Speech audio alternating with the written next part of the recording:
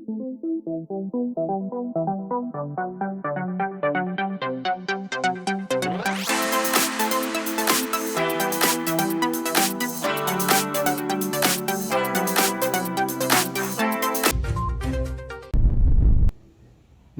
मैं हूं विनोद कुमार शुक्ला। अड्डा पर आपका स्वागत है।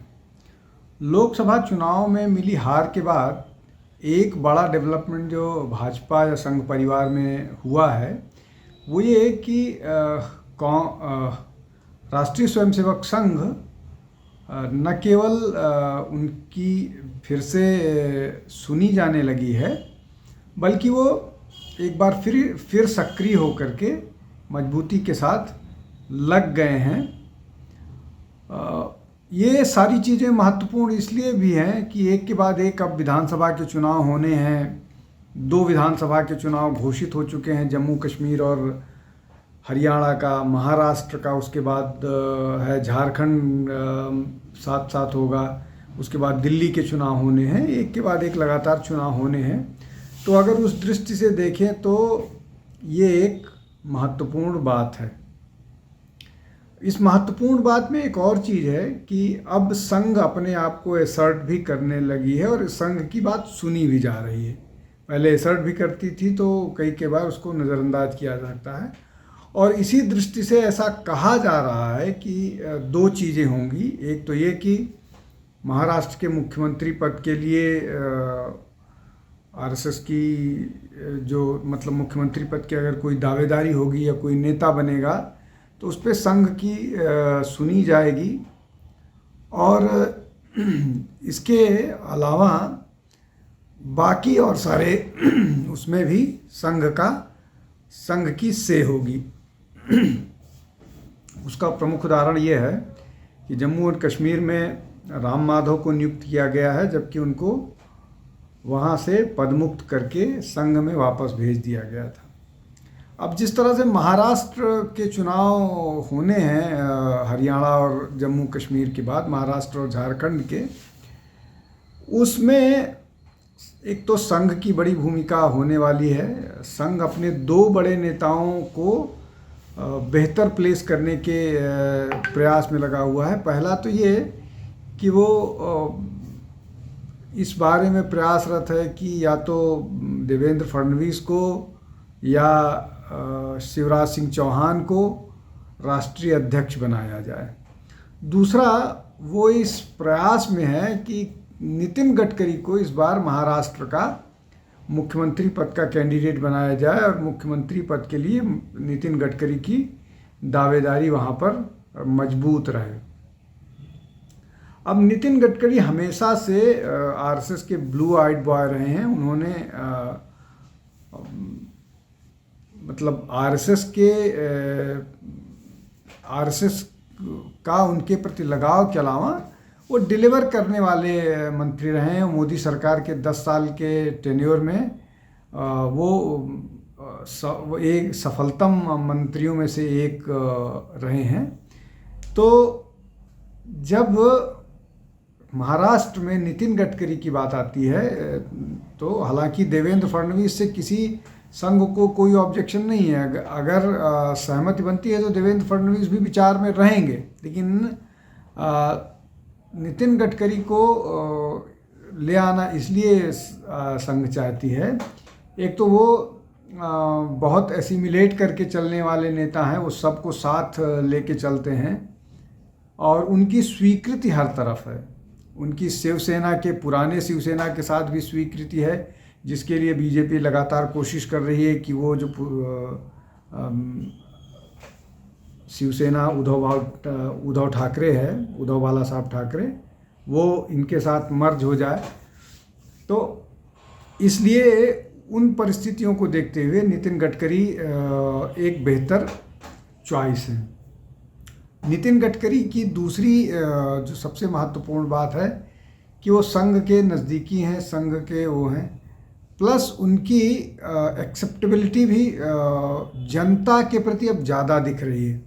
और ऐसा माना जा रहा है, ऐसा कुछ सर्वेज भी ऐसा बता रहे हैं, जो अभी मुख्यमंत्री लेकर के सर्वे आए थे, उनमें से पहले नंबर पर एकनाथ शिंदे, दूसरे नंबर पर देवेंद्र फडणवीस थे, फिर उसके बाद और नेता थे। लेकिन एक अन्य अलग जो मंत्रियों, जो पुराने मुख्यमंत्री हैं उनसे अलग एक जो सर्वे आया था, उसमें नितिन गडकरी को बहुत सारे लोगों ने प्रेफर किया था। और उनका ये कहना है, और संघ की जो संघ का जो मानना है, या संघ की जो अपनी रिपोर्ट्स हैं, उस रिपोर्ट्स के हिसाब से लगभग 40% समर्थन बेस बढ़ जाएगा नितिन गडकरी को अगर मुख्यमंत्री पद के लिए प्रोजेक्ट करके उतारा जाता है। अब महाराष्ट्र के चुनाव जो हैं वो अन्य जगहों की तरह, हालांकि अभी किसी भी प्रदेश का चुनाव एक तरफा नहीं दिख रहा है, तो महाराष्ट्र का चुनाव भी एक तरफा नहीं दिख रहा है। वहाँ पर बहुत सारे डिवीज़न हैं। अगर अघाड़ी की बात करें तो भी, या दूसरे धड़े की बात करें तो भी। अब अगर शरद पवार और शिवसेना, उद्धव बाला साहब ठाकरे और कांग्रेस की बात करें तो उद्धव ठाकरे वहाँ बहुत कमज़ोर हुए हैं, और अब उनकी वहाँ वैसी ज़रूरत भी नहीं रह गई जो पिछले चुनाव के पिछले दिनों सरकार बनाने की थी। दूसरी तरफ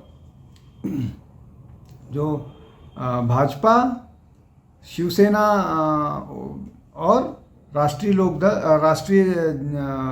राष्ट्रवादी कांग्रेस पार्टी, इन तीनों में राष्ट्रवादी कांग्रेस पार्टी बहुत कमज़ोर हुआ है, उसका समर्थन बेस कुछ नहीं बचा है। लेकिन शिवसेना और बीजेपी अभी भी मजबूती के साथ जनता के बीच हैं, जनता का समर्थन हासिल है।